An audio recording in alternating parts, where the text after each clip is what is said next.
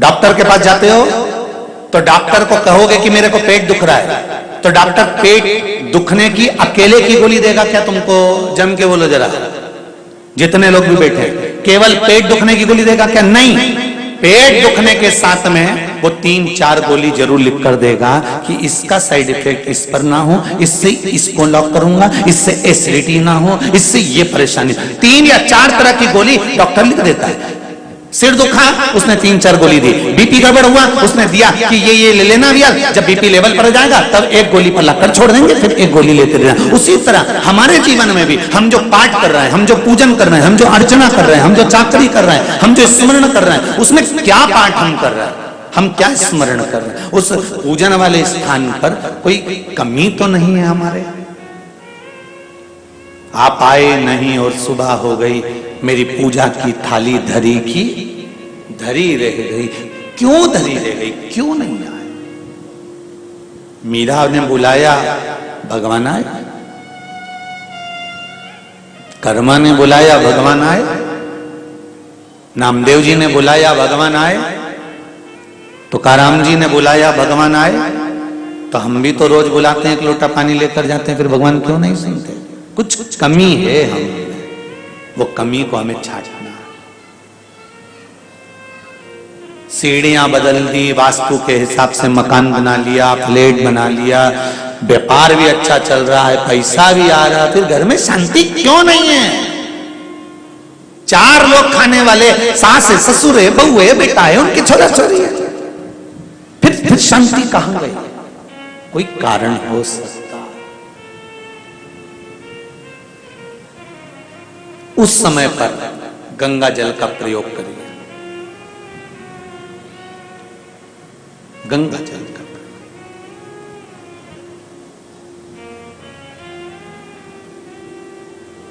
महाराज,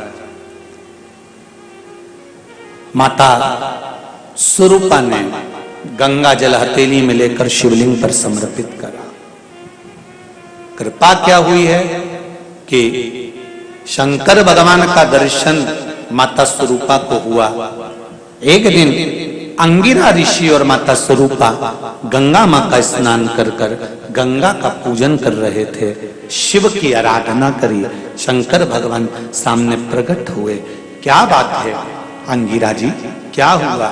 स्वरूपा, हुआ क्या है? स्वरूपा कहती हैं कि मुझे जो संतान प्राप्त हो, मैं ये चाहती हूं कि मेरी संतान हमेशा अग्रण्य भाव में रहे।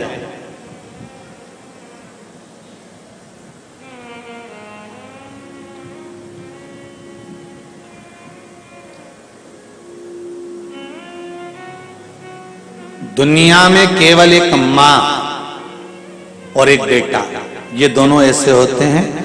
बेटे की निगाह में मां हमेशा सुंदर होती है, और बेटे की निगाह में मां सुंदर है और माता की निगाह में बेटा सुंदर है।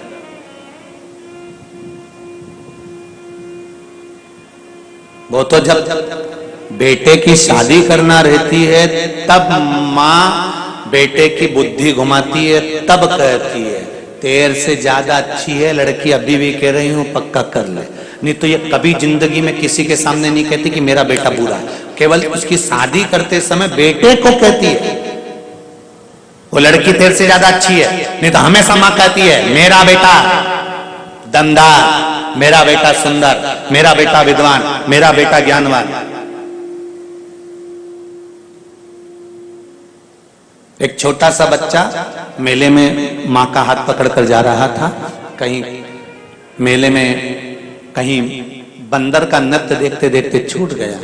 मां ढूंढ रही है, बेटा भी ढूंढ रहा है, रो रहा है। पुलिस वाले आ गए, बच्चे को पकड़ा, लेकर गए, उसको समझाया, मेले में आए, अनाउंस करा, पूछा तुम्हें तुम्हारी माता का नाम मालूम है? नहीं मालूम। पिताजी का नाम नहीं मालूम। तुम्हारी माँ कैसी लगती है? बहुत सुंदर है मेरी माँ, बहुत सुंदर है। हाँ, अनाउंस करा गया। उस बच्चे को ले जाकर माताओं को दिखाया गया। वो माँ नहीं मिली, शाम हो गई। तब शाम के समय पर माँ सामने से आ रही थी, बच्चा गया और माँ के गले लग गया। माँ के गले लगा तो क्या देखा उन पुलिस वालों ने कि उसकी माँ का जो चेहरा था एकदम काला था, एकदम काला।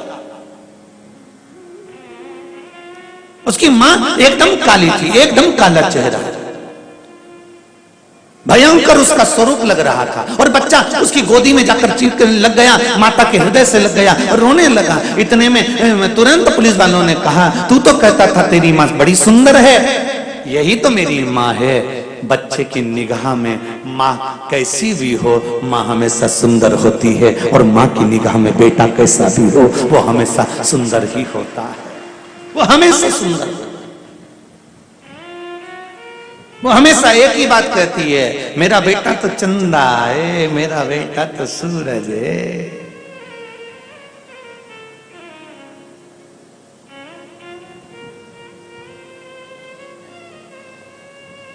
अरे भाई, संतान सुख हो, संतान सुख हो, ये भाग्य की बात है।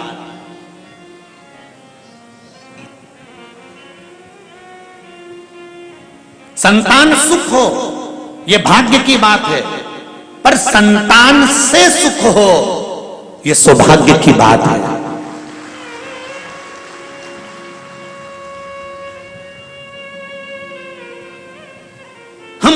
जाकर किसी ब्राह्मण से, किसी साधु से, किसी सन्यासी से, किसी तपस्वी से, किसी साधक से, किसी उपासक से, हम किसी विद्वान जन से जाकर कहते हैं संतान का सुख नहीं है महाराज, संतान सुख हो जाए, बस एक कृपा कर दो, संतान हो जाए, संतान का सुख हो जाए, संतान सुख हो जाए। ब्राह्मण, साधु, सन्यासी, तपस्वी, साधक उपास कराएंगे, व्रत कराएंगे, साधना कराएंगे, फल देंगे, सब कुछ होगा और तुम्हारे घर में संतान भी हो जाएगी। संतान का सुख हो ये भाग्य की बात है। संतान सुख हो ये भाग्य की बात है, पर संतान से माता पिता को सुख हो ये सौभाग्य की बात है। संतान के द्वारा माता पिता को जो सुख मिलता है उसका आनंद कुछ दूसरा ही होता है। हम कहते हैं कहीं जाओ मत जाओ, पर बूढ़े माँ बाप के पास एक बार रोज सोने से पहले 15 मिनट बैठकर जरूर आओ। वो क्या दे जाएंगे उसका भरोसा नहीं है।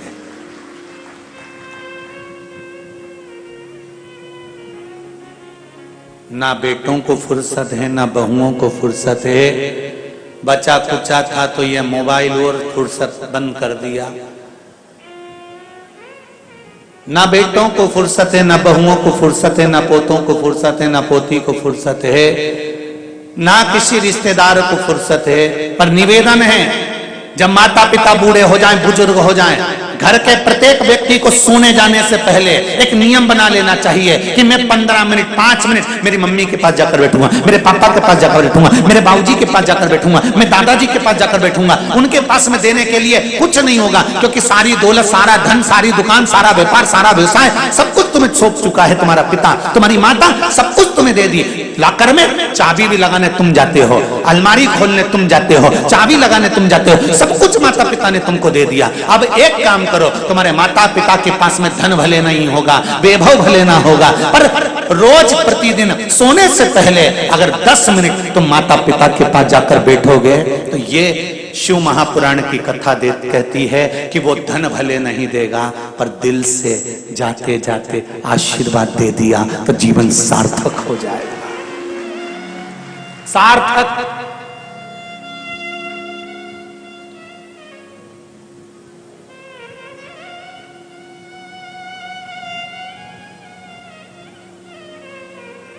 नहीं तो बड़ा विचित्र जीवन है जी।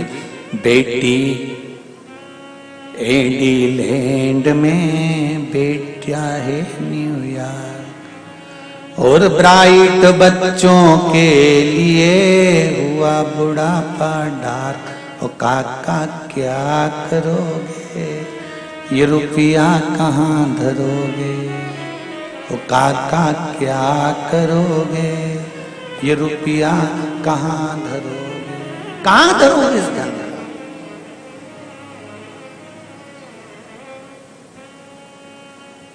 धन का करोगे क्या?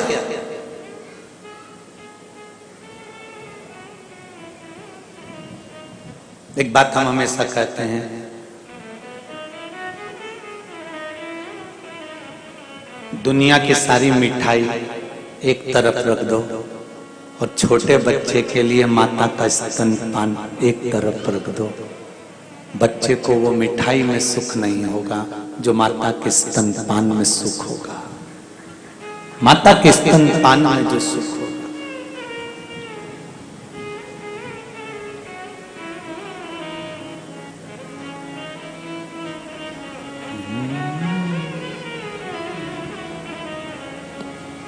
माई के दुधवन जैसन कऊ मिठाई ना मिलई।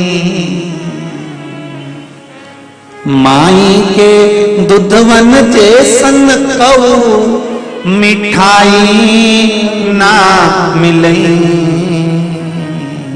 सब कुछ मिल जाता है दुनिया में माई ना मिलई।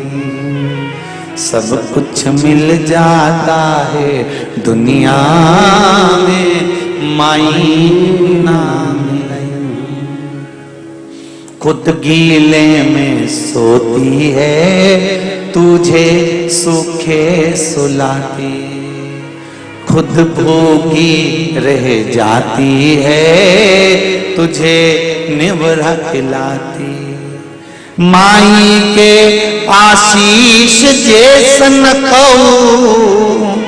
माई के आशीष जैसन कऊ आशीष ना मिलई। सब कुछ मिल जाता है दुनिया में माई ना मिलई। सब कुछ मिल जाता है दुनिया में माई। आज स्वरूपा कह रही है बाबा से, मुझे संतान हो तो वो हो जो वैभववान हो। आप भी भगवान से प्रार्थना करना कि भोलेनाथ मुझे संतान दो, मना नहीं। संतान का सुख दो, मना नहीं। पर संतान ऐसी देना जो मुझे सुख दे, मेरे बुढ़ापे में मेरा साथ दे।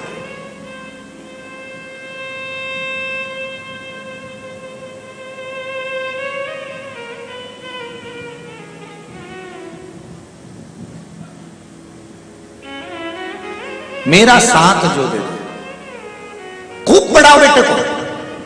तुम्हारी सामर्थ्यता अगर बेटे को इंजीनियर बनाने की तो तुम्हें डॉक्टर बनाओ, कलेक्टर बनाओ, एसपी बनाओ, डीएसपी बनाओ, मंत्री संतरी कलंतरी जो तुम्हारी मर्जी पड़े वो बनाओ। खूब पढ़ाओ बच्चों को, बेटों को, बेटियों को खूब टपट के पढ़ाई, खूब आगे बढ़ाई, मना नहीं है। पर बेटों को पढ़ाने के साथ, बेटियों को पढ़ाने के साथ थोड़ा संस्कारवान भी बनाइए, क्योंकि आपका बुढ़ापा उसी से सुधरेगा। आपका बुढ़ापा वही सुधरेगा।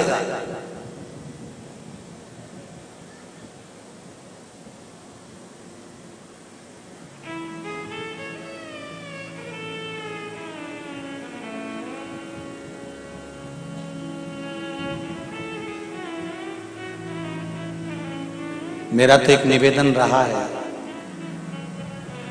कोर्ट में भी, कोर्ट मैरिज में एक काम कर देना चाहिए। कोर्ट मैरिज जब लड़का लड़की करें तो अदालत से ये कहकर भेजना चाहिए कि इस कोर्ट मैरिज में तुम्हारे माँ बाप का होना जरूरी है।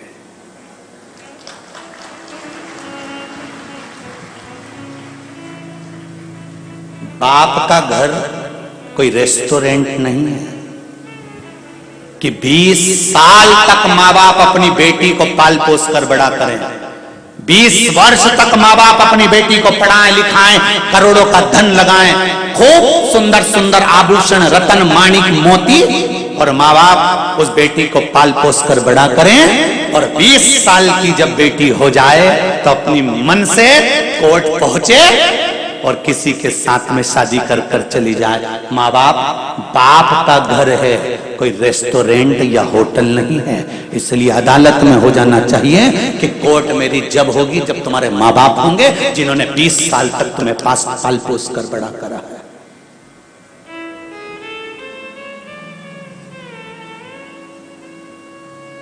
और धिक्कार ऐसी बेटियों को और धिक्कार ऐसे बेटों को जिन माता पिता ने तुम्हें पाल पोस कर बड़ा करा। और तुम्हारे विवाह जैसी खुशी में तुम्हारे माँ बाप तुम्हारे सामने नहीं है तो डूब मरो पानी लेकर। धिक्कार है ऐसे बच्चों को। क्या करना है ऐसा तुम्हारी खुशी में? तुम्हारे बुजुर्ग माता पिता नहीं जो 20 साल तक तुम्हें पढ़ाते हैं, 20 साल तक आगे बढ़ाते हैं, तुम्हें डॉक्टर, तुम्हें इंजीनियर, तुम्हारी नौकरी के लिए जब पहली नौकरी लगती है, मेरी बेटी पूना जा रही है, मेरी बेटी मुंबई जा रही है, मेरी बेटी हैदराबाद जा रही है, मेरी बेटी बेंगलोर जा रही है, मेरा बेटा वहां जा रहा है। अरे कितनी खुशी होती है उन बूढ़े माँ बाप से तो पूछो, जब उनके हृदय में आतिशबाजी होती है। और जब बेटी विवाह का समय आता है, माँ बाप अपने बेटी के लिए जब संबंध देखते हैं और बेटी कहती है मैं अपनी पसंद से करूंगी, तब उस बाप और उस माँ से पूछना कि उसके दिल के कितने टुकड़े हो जाते हैं। अरे तुम कितनी भी ऊंची पढ़ाई कर लो, कितना भी अच्छा कार्य कर लो, कितनी भी अच्छी जॉब कर लो, पर एक निवेदन है, बेटियां अपने माँ बाप से कहें पापा मैं भले कितने भी अच्छे कॉलेज में पढ़ लूंगी और कितने भी अच्छे पद पर पहुंच जाऊंगी, पर कन्यादान का मौका तो मैं अपने माँ और बाप को ही दूंगी, चाहे कुछ कुछ हो जाए। मैं अपने माता पिता को नरक नहीं भेज सकती। 94 तरह के नरक में एक नरक ऐसा होता है जिसमें जो माता पिता के घर में बेटी जन्म लेती है और वो कन्यादान नहीं करता तो बाप को 94 तरह का नरक भोगना पड़ता है। माता के शरीर में कीड़े पड़ने लगते हैं अगर वो कन्यादान नहीं करती। जिस बच्ची का जन्म देती है उस बच्ची का अगर कन्यादान नहीं होता, अगर माँ बाप अपनी बच्ची का कन्यादान नहीं कर पाते तो माँ बाप को भुगतना पड़ता है और उसकी जवाबदारी बेटी और बेटों की होती है जो अपने माँ बाप से कहें कि हमारा कन्यादान करो, आप कन्यादान करो, आप ढूंढो लड़का, आप ढूंढ कर लाओ, मैं कहीं दूसरी जगह विवाह नहीं करूंगी, जहां मेरा बाबुल चाहेगा विवाह वहीं करूंगी। तब बाप का हृदय भी प्रसन्न चित्त हो जाता है। कहां भटक रहे हो?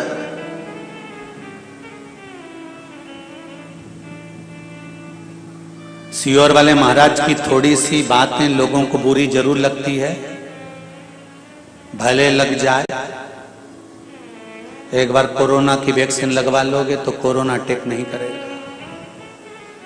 ये वही वैक्सीन है, थोड़ा सा लग गया तो जीवन की सार्थकता हो जाएगी, जीवन का आनंद प्राप्त हो जाएगा। बाप का घर है, पिता का घर है, ये होटल नहीं है। और उस पिता के घर का एक आनंद की अनुभूति सुख देने वाली होती। स्वरूपा ने कहा कि मेरे घर में संतान हो, वो संतान वैभववान हो। मेरे घर में औलाद हो, वो औलाद वैभववान हो। और शिव जी ने कहा स्वरूपा तेरे गर्भ से जो संतान होगी वो संतान कोई साधारण नहीं होगी, देवताओं का भी जो गुरु बनेगा वो बृहस्पति तेरे गर्भ से जन्म लेगा। तो क्यों चिंता करती है, वो बृहस्पति तेरे गर्भ से आया।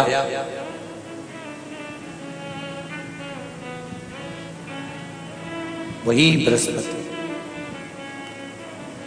समय बीता, शंकर भगवान की आराधना बृहस्पति भगवान ने काशी में करी। बृहस्पतेश्वर महादेव काशी में विराजमान। कौन से महादेव? जम के बोलिए जरा। बृहस्पतेश्वर महादेव काशी में विराजमान है।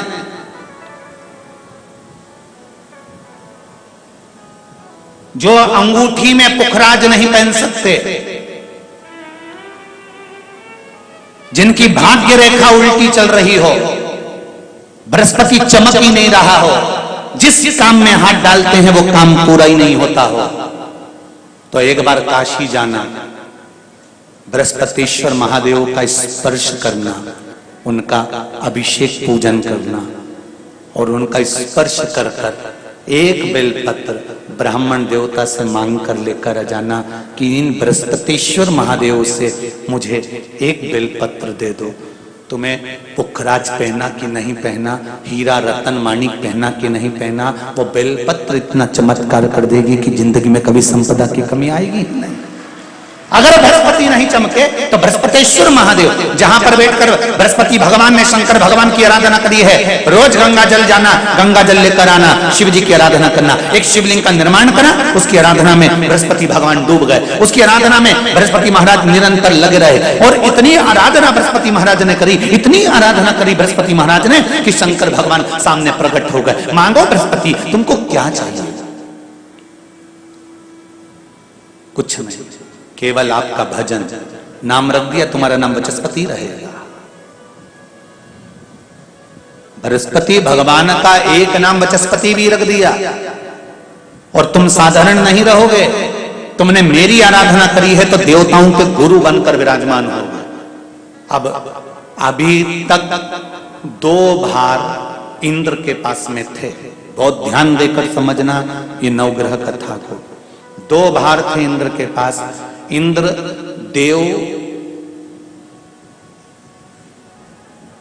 देवताओं के गुरु भी बनकर बैठे थे,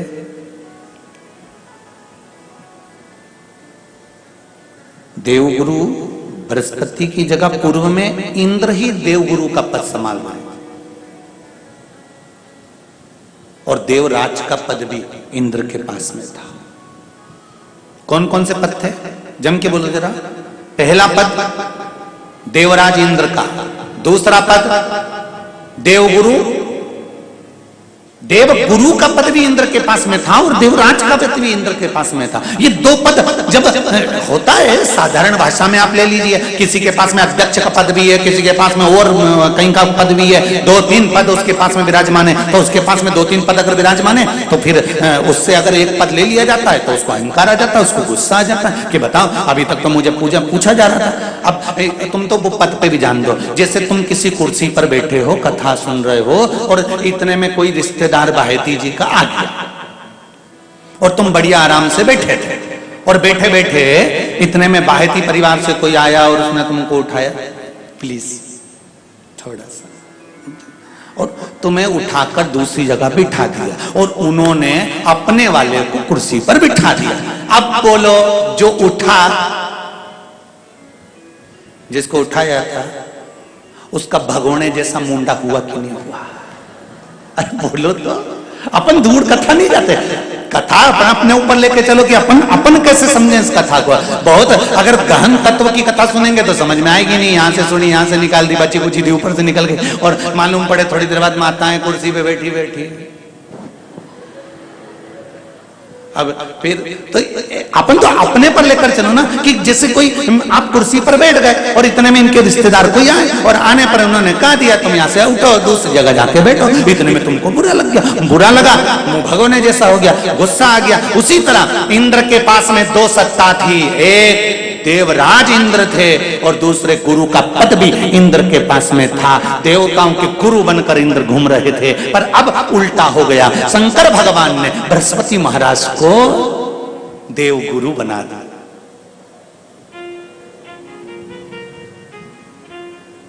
अब जैसे ही देवगुरु बनाया तो इनका इंद्रदेव का मुंह, अरे बोलो तो तुम, भगोन ऐसा हो गया, कुर्सी उतरी कि मुंह भगोड़ा उड़ा। अब इनका मुंह भगोने जैसा हो गया तो गुस्सा तो गुस्सा। इतने में इंद्र ने, बृहस्पति महाराज देवगुरु बन गए। इंद्र सिंहासन पर बैठे थे, अप्सराओं का नृत्य देख रहे थे। वहीं से देवगुरु बृहस्पति का आगमन हुआ। बृहस्पति महाराज जैसे ही आए तो इंद्र तो सिंहासन पर बैठकर पूरा अप्सराओं का नृत्य देख रहे थे। उनको देवगुरु बृहस्पति से मतलब ही नहीं था।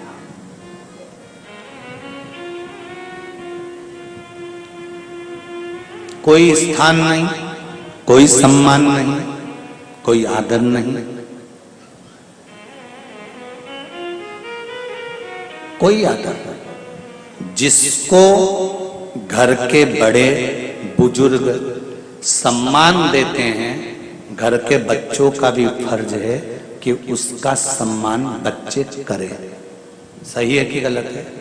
घर के बुजुर्ग उसको सम्मान दे रहे हैं ना, घर के बड़े उसका सम्मान कर रहे हैं ना, तो घर के बच्चे कहते हैं नहीं, वो तो हमारे लिए गलत सोचता है, हमेशा हमारे लिए अपशब्द बोलता है, हमेशा आड़ा टेढ़ा बोलता है। तो घर के बुजुर्ग कहते हैं तुम्हें क्या करना है, जब हम सम्मान दे रहे हैं तो तुम भी दो, हम आदर कर रहे हैं तो तुम भी करो।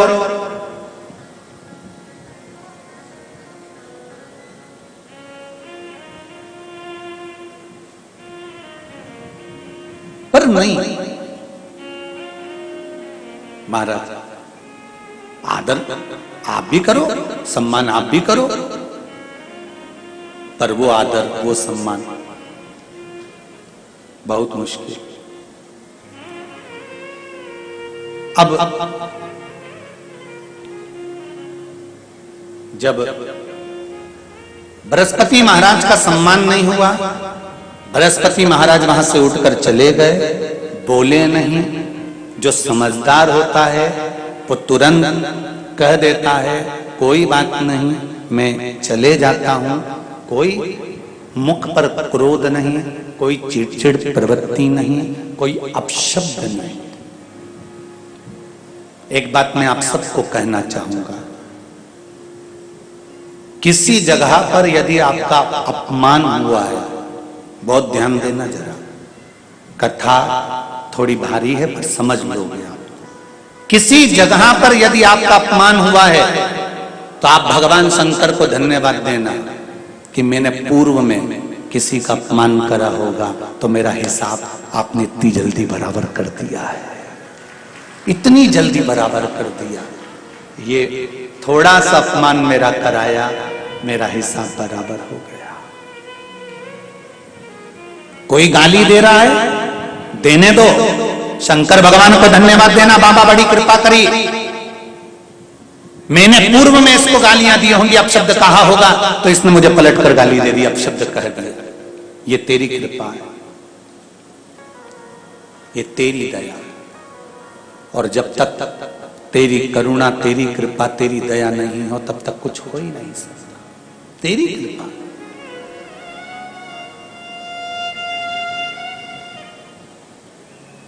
भगवान से कहो हे देवाधिदेव महादेव, मैं ये नहीं कहता कि मुझे रोने मत देना, क्योंकि कर्म का भोग तो मुझे भोगना पड़ेगा। देवाधिदेव महादेव से कहो हे देवाधिदेव महादेव, मैं ये नहीं कहता कि मुझे रोने मत देना, पर इतना जरूर कहता हूं तेरे सिवा किसी दूसरे के आगे झुकने मत देना, बस इतनी कृपा कर। मैं ये नहीं कहता कि मुझे रोने मत देना, बस तुझसे निवेदन है कि केवल तेरे दरबार के अलावा किसी दूसरी जगह पर मुझे झुकने मत देना, क्योंकि मैं जानता हूं अगर तू मुझे अपना समझता है, झुकने नहीं दे सकता तो फिर रोने भी नहीं देगा, ये मेरा विश्वास कहता है। तू रोने भी नहीं देगा। एक पत्र में कहा है, देखिए,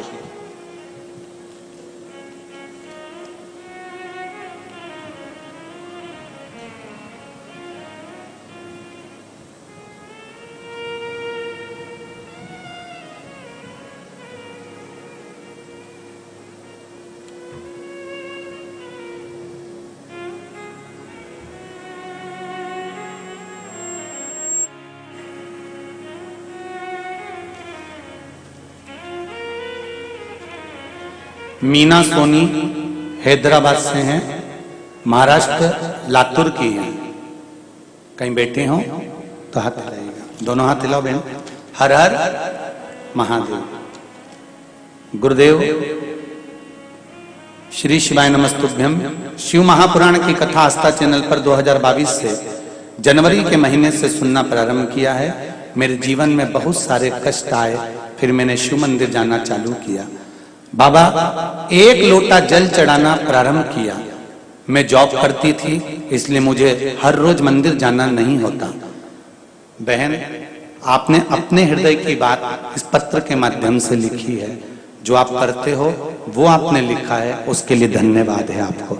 मैं जॉब करती थी इसलिए रोज मंदिर जाना नहीं होता था। लिखने वाले लिख रहे थे कि मैं रोज जाते, पर आपने लिखा मैं जॉब करती इसलिए मंदिर रोज जाना नहीं होता। मेरी बच्ची की तबीयत हमेशा खराब रहती थी, उसके पेट में दर्द रहता था। अनेकों बार डॉक्टर को दिखाया, फिर बेलपत्र खिलाना चालू किया और उसकी तबीयत अच्छी हो गई। और मैं पिछले 9 महीनों से हमारा परिवार पूरा बिखर गया था। मेरे पति मेरे साथ नहीं रहते थे, हम अलग रहते थे, लेकिन बाबा की कृपा से उनसे विनती करी लोटा भर जल चढ़ाकर, आज फिर मेरा परिवार पूरा 9 महीने के बाद एक हो गया है और हम दोनों पति पत्नी बाबा को नमन करने के लिए आए हैं। बहुत बहुत साधुवाद दीदी आपको। हर हर महादेव। अब आप एक हो गए हैं, मेरा शिव भी एक होकर रहे और आपको भी एक रहे और आप आनंद के साथ रहे, यही बाबा से निवेदन है। हर हर शिव कृपा इसी को कहते हैं। बैठिए बहन, हर हर शिव से विनती, निवेदन, अर्चना, आराधना। एक पत्र और पढ़ दूं, इसके बाद मैं फिर आगे चलूं। पत्र बहुत सारे हैं अभी और इधर भी रखे हैं, पर जो हाथ में आ गए वो पढ़।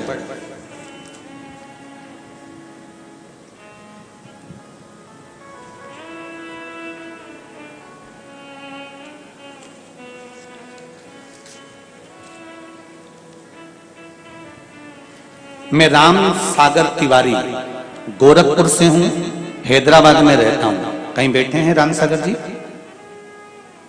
आप ही हैं? दोनों हाथ हिला दीजिए। हर हर महादेव। मैं राम सागर तिवारी गोरखपुर से हूं, हैदराबाद में रहता हूं। मैं आपकी कथा टीवी पर सुन रहा था, आपका प्रश्न करना चाहता था। भोले बाबा की कृपा से आपका दर्शन हो गया। गुरुजी, आपने जो बेलपत्री का उपाय बताया था वो मैं करना चालू किया। बाबा की कृपा से मेरा शुगर नॉर्मल हो गया, कोई दवाई नहीं लिया था। गुरुजी, मेरा बाबा से यही प्रार्थना है कि मेरा बेटा 10वीं में है, वो भी बाबा की कृपा से आपकी भक्ति में और अच्छे नंबर से उत्तीर्ण हो। अब शुगर ठीक है आपकी? शुगर लेवल में है? बाबा की कृपा ऐसी ही बनी रहे, विराजमान होइए। हर हर महादेव। बैठिए बैठिए बैठिए। हर हर महादेव। शिव कृपा, शंकर की दया।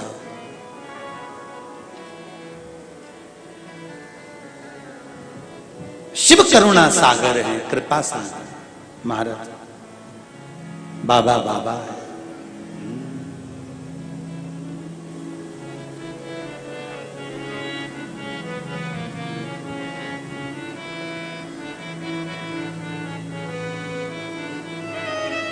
बाबा शिव की कृपा है, शंकर के उदार। मेरे शंभू, मेरे ओघड़दानी, मेरे शंकर, मेरे दयालु।